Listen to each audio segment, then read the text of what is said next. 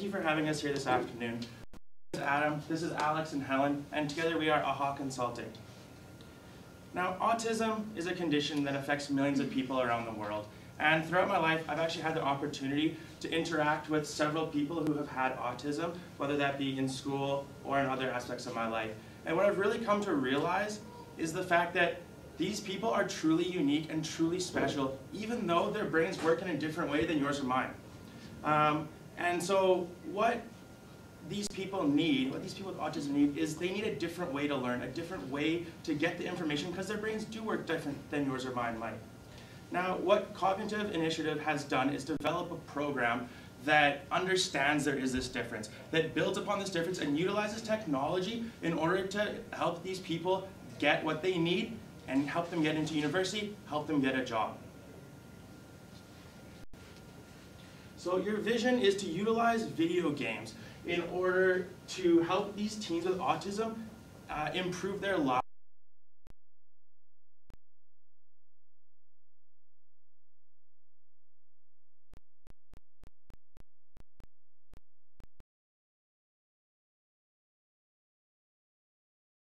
Sure how you should move forward. Should you look at setting up as a not-for-profit organization? Should you look at setting up as a social enterprise? And today we're here to help you solve this problem. To help solve this problem, we want to start with the stakeholder analysis. All these people here are very important. Children with autism, yourself, Melissa, high school students and universities that you partner with, the government and employees. Everyone helps deliver that package of helping those people with autism learn a different way and be able to be a part of society and contribute in their own special way. However, going forward, to help you make this decision, we need to decide on some key stakeholders. And so, Melissa, yourself, and those children with autism. The reason why is because you're the heart of this organization. You've been working in the industry for so long, you have so much knowledge, and so we want to make sure whatever decision we provide for you is suitable for your organization and for yourself, and of course, the people you've been trying to help for the last 10 years, those children with autism.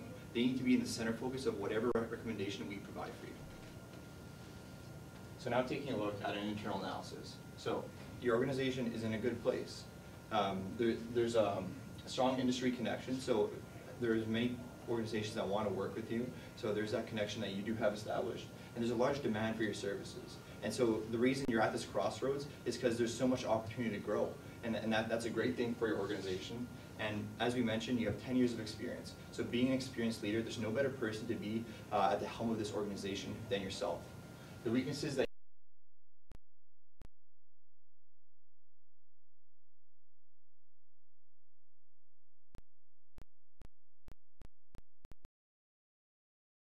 social enterprise or nonprofit. This is a decision you need to make, and as an organization such as yourself, you shouldn't need to worry about a decision such as this. You should worry about what's the next thing that you can do to help your target stakeholders, which are those children with autism. Taking a look at the external analysis. Not only are there people that want to help you with this, the government does, and so there's a lot of opportunity. There's a lot of grant funding available for organizations that do provide these support services for autism, and there's also funds available for individuals. And so what this means is that families who have a child with autism or a family member with autism, there is funding available for them to put money in organizations such as yours so their children can get that extra need that they require just because they do learn differently, as Adam mentioned. The threats that you face is, since there is such a demand for these services, there's a competition for funds. And so although these grants are available and all these financial services are available, there are a variety of organizations still competing for these funds. As well, this also just ties in that there's many providers for these services. Since there's all these funds available, some service providers do enter the industry. But what does this all really mean? So to sum it up for you, we want to look at your organization, your industry, and your key stakeholders, just so we'll keep those things in mind going forward. Your organization, you're at a crossroads between social enterprise and nonprofit. And as well, you have a very ambitious goal to expand to 10 locations by 2018. The industry itself, as we said, there's a high demand for your services, so you know whatever direction you go in, you will be doing it good for those key stakeholders, which we identified as the children with autism. So going forward, you're faced with two key choices for the direction that your organization could go. The first would be to be a social enterprise. So while your focus there would be on profit, you'd be focusing on a double bottom line and monitoring the social profit that your organization is generating as well. However, you would have a higher number of children to the number of facilitators in your programs. And so you would be also choosing to target a much smaller element of the market and be charging higher rates for your services, which may have a negative impact on your stakeholders. As a nonprofit, you have easier access to donations and volunteers. Philanthropists are much more likely to donate to a nonprofit than to a business. As well, you'd be targeting a broader range of children, and so you would be able to provide that service to more children with autism. However, as a nonprofit, this is a very competitive environment and there is a competition for funds. So taking a look at the different options, we have three criteria to keep in mind. The first is the availability of service. We want to ensure that any child who has autism and that your service could help them, that they are able to get that and be able to be enrolled in that class, because that's why you started out this organization. As well, we want to ensure that your organization is financially sustainable so you can continue into the long term and provide these services for years to come. And finally, we want to ensure that the program that we're offering these children is of a high quality and that they are getting the most value and benefit from it as possible.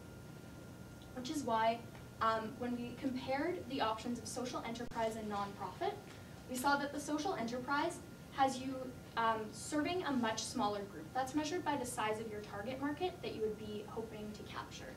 As well, your financial sustainability, you would be making a profit, while as a not-for-profit model, you'd be wanting to break even. However, your goal is not to make a profit, and that isn't why you entered into this field. And the program quality would be lower, which is why going forward, we would recommend you incorporate as a not-for-profit organization, and we have a more detailed implementation of how you can be successful with that model.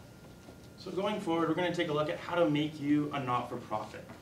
And our strategy has three key areas that we're going to look through. First being the operations, looking at setting up a head office, how that's going to be structured, as well as how our chapter structure is going to be implemented and set up to get those 10 locations by 2018. Then we're going to look at fundraising, so looking at grants, stewardship, and project donations was a cool new idea that we've developed for your organization. Finally, that expansion, developing a framework for you to actually decide where to go, who to have actually run these organizations. Because when you're expanding, you don't necessarily know what city's best or who to actually put in charge. So we're going to give you the tools to select those places and those people. So taking a look at your operations, currently you're running a very small operating model, and if you're wanting to be able to achieve that goal by 2018, having 10 locations, you're going to have to look at some division of responsibilities. So having a head office for your organization would be what we would recommend, and then having multiple chapter locations that will provide the service in those 10 different areas. So your current model, this would be how we would recommend structuring it. So in your head office department, you would have the 3 staff members, yourself providing the strategic oversight, a marketing coordinator who would be looking to identify children who would benefit from your service and contacting them, and a grant coordinator who would be filling out those grant applications and helping you get that funding. The responsibilities of that head office is a lot of the program content, so what you're delivering through these workshops that you're putting on for these children, as well the grant applications, general marketing, and the coordination of the expansion and opening those new chapters, because that's going to be a great deal of work. The location, you mentioned that you were currently renting space on a need basis. We'd recommend going to the option that allows you to have a physical location, because it provides more stability for the children that you're working with and gives you that kind of central base so that you're located somewhere. And we would have that, though, be shared between the head office and your current program operation, as you're still very small. So going forward, the chapter responsibilities would be, the chapters would be focused on much more the implementing these programs. So the scheduling of the sessions for the coding, the finding of the instructors and the facilitators, also interviewing the students who would be interested in participating in the program, and ensuring that program delivery is done up to a kind of quality standard and that you're happy with it. So that would be the more day-to-day operation side of things. We would see the chapter office staffing having 1 manager and 1 support staff. So taking a look at the staffing resources that we have between the head office and the program office and what you currently have, we're only recommending bringing on 1 additional person and a part-time grant coordinator. So it wouldn't be a huge increase in personnel. You currently have 3 employees. So the program logistics for this, the class structure, we'd recommend having 15 children per class. 1 paid facilitator and 4 volunteers would be students in education or computer science looking to get those skills. And this would be the incentive for that, giving you the 3-to-1 ratio in those classrooms.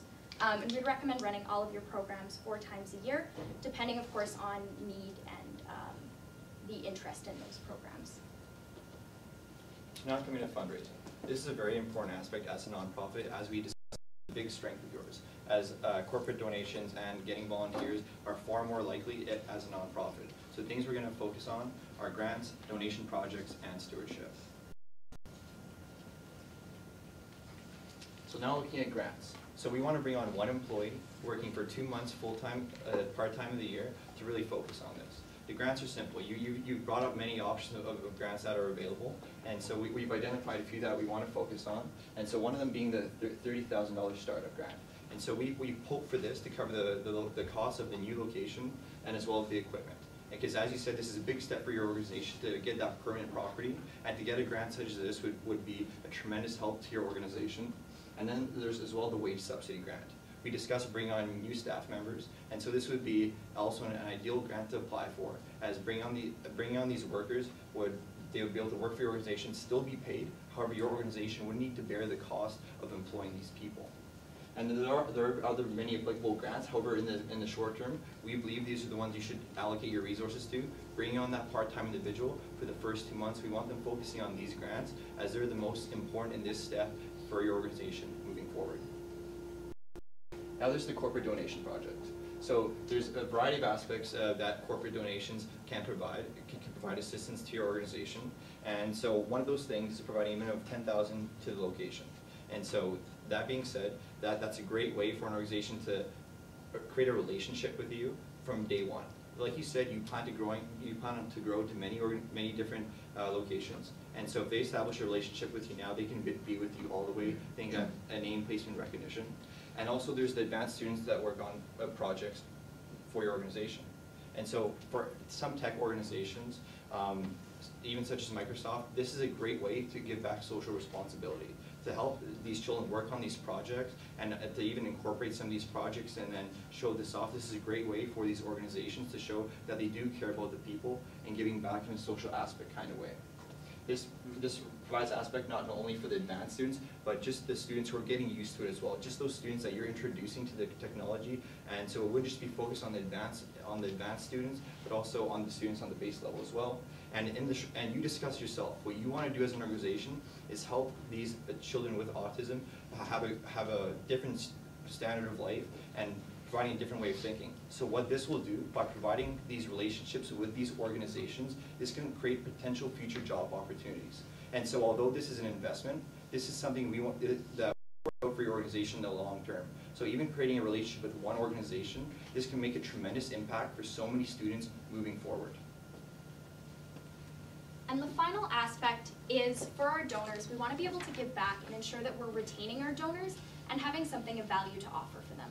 So we'd be looking at not just targeting external donations through the program that Alex mentioned that allows them to get some students doing hands-on projects, but also just private donors, people with an interest in technology or in giving back. And so we would recommend doing this by taking advantage of type of organization that you are and creating a video game to recognize our sponsors. And so how we would see this work is on the website, you would have just a basic game interface. It would be a login page that donors would get login information for, and they would be able to go in and their character would play, and there would be little basic, interactive things they could do that your students could design. But the most important part of the game would be that it tracks your donations over a lifetime to the organization. And so every time you make a new donation, you can get points towards your character. You can gain experience, and when you level up, you can earn rewards such as videos from the students talking about what they're doing, as well as free kind of access to demos of some of the games they've put together. It's a way that you can see the work that the students are doing and be really rewarded. And we think that would be a great way to give back to those donors and provide something fun so that you're interested in continuing investing in the future. On that side, we would also have an easy way for you to donate directly to the organization there. And if there were donors who weren't as interested in technology, we can do a printout summary, though, of their donation and what level they would be on. So looking at the expansion, that framework that I mentioned earlier on how to decide what people and what place to actually go to. So first we're going to take a look at what this is going to entail. So the framework, when we're looking at what location to move into, we want to be looking at, is it a digital media center? Are there businesses in this community that would be looking to hire potential students or to have work on projects, as Alex and Helen mentioned? We also need a university to partner with. What you've had success with in the past is partnering with universities, utilizing their curriculum, and then working with them for office space and for other activities. And also you want to look at the population of potential target demographics. So is this a city where it makes sense to set up operations based on the number of children who have autism in that area? And then when we're looking at the person who's actually going to be the manager running each of these chapters, we want to look at, do they have experience with autism? Are they someone who understands how to work with special needs children and how to develop programs around them? Do they have a passion and a drive for this? Is this something that they really want to do, or is this just a job? And then finally, do they have management experience? Because they're going to be actually running the individual chapter, do they have experience running something? Are they going to be able to do that? So looking at the place, once you use this criteria to decide on a location, you're going to need to set up a physical location within this city. As we recommended for your current operations in your current chapter, we'd recommend having a physical location for all chapters as an ideal state. And we want to develop those business partnerships in the area to develop those relationships and those university partnerships as well to help build this year over year. When we're looking at the people, we're going to focus on recruiting those individuals now that we know what we're doing and how we're going to onboard them. So when we're looking at recruitment, we have to source these individuals. We would recommend utilizing your contacts that you have across Ontario to source these individuals. If you're finding that that's not working, you could look at running advertisements in papers, using other websites like LinkedIn to bring these individuals on. And then you want to interview and select these people based on those criteria that we already mentioned. Are they, do they have experience with autism? Do they have experience with management? Do they have that passion for this like you do? And then with the onboarding. So with training, we want to look at having this at your existing chapter, bringing these people to your existing chapter and letting them see how the day-to-day operations work. Bring them in for a 2-week period and let them see exactly how the hiring process for instructors works, how the selecting and interviewing of students goes about, and then providing that support to them after they go back home to their own personal chapter. So looking at a timeline, in year 1 we want to set up that new structure, so that's setting up the head office and the chapter structure, securing that new location that you identified, and start that fundraising today. We also want to start recruitment of those new individuals. In year 2 and year 3, we have the same timeline, but it's for 4 cities in year 2, 5 cities in year 3. Getting that staff onboarded, securing those physical locations in those cities, and then begin operations. The important thing too is that at the end of year 1, we want to review and reflect how this process went. Are there changes we want to make when we go into year 2? And then after year 2, we want to do that again for continued expansion into the future. So now taking a brief look at financials. Well, as we mentioned, those grants are going to be a great addition for your business, covering some of those startup costs for becoming a nonprofit. However, looking at the HQ cost, we're looking at about $102,000, and then moving forward, taking a look at the chapter costs, it's about $105,000. So like we said, this isn't going to be a profit-generating machine. The purpose is to break even and to put the money back in helping as many people as possible, and by incurring these expenses, we can do just that. The metrics of success that we know you're achieving this is by maintaining that 3-to-1 ratio. We want to make sure that all those students have that interaction with the instructors. As well, for the expansion, we get to that goal of 10 locations within 8 years. A risk that you may encounter is there may be a lack of suitable managers. Like you said, this is ambitious. This is a very ambitious plan, and so we may have that location, but no manager yet. But there's no rush. If you do encounter that, you should just utilize additional resources, expand your network, use the connections you made in the business and the university and look elsewhere. Overall, I'd like to thank you for questions.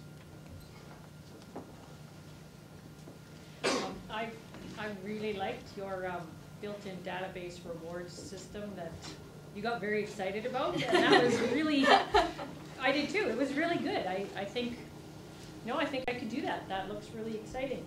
One thing that I am unclear about how to proceed is the chapter coordinators. I was just a little unclear as to my hiring one to handle all 10 cities as I expand. Am I hiring one per city? Because I thought I heard you say that. So can you just clarify that just briefly? Yeah, sure. So we want to have, like, as your current chapter is set up, you're heading it, so Melissa's heading it up. We would want each additional chapter to have a manager looking after that chapter. So they'd be with that support staff, running that individual chapter, bringing in the students, working with instructors for that individual chapter, and then having Melissa as the head for the entire organization, working out of the headquarters. Okay, good, thanks. I'm a little bit confused on what my revenue projection is.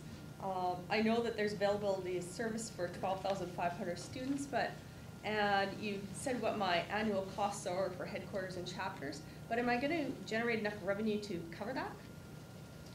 Yes. So due to the different types of programs that you offer, we don't have a detailed breakdown for the revenue. However, by providing those programs 4 times a year, you would be generating a significant amount of revenue based on each student paying $10 to participate in the program, and each instructor is being paid $18.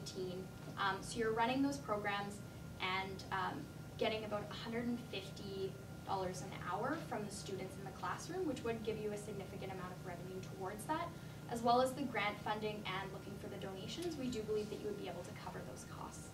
How am I going to compete for that grant funding and differentiate myself from all these competitors that you've already cited? For sure, and we did discuss that it's a very competitive market. That's why we believe making that the sole purpose of bringing this person on is going to really help your organization.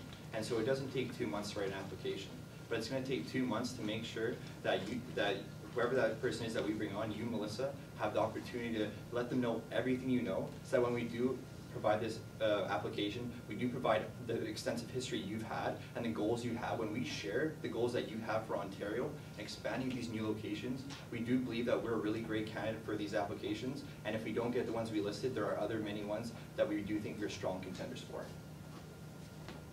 Technology and the role of coding and software development is current reality in the future of the big hub.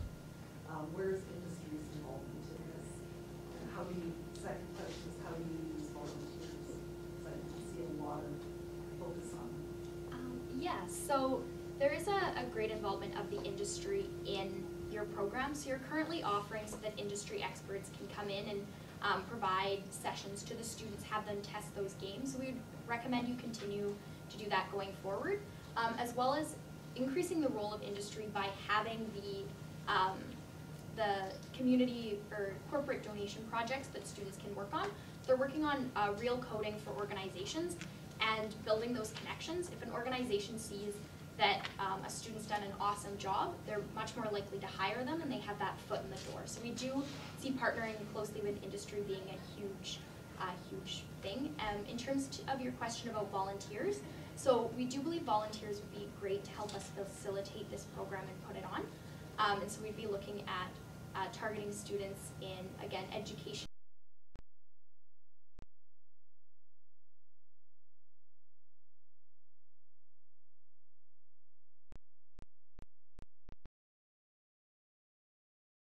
How do you see the classroom dynamics going with 1 paid facilitator and 4 volunteer facilitators?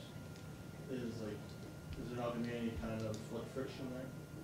Yeah, so when we look at the paid facilitator, they're an expert, so they already have the expertise. They're either working in industry, they might be a professor at the university that you're partnered with. They have the concrete expertise in the area that we want to look for.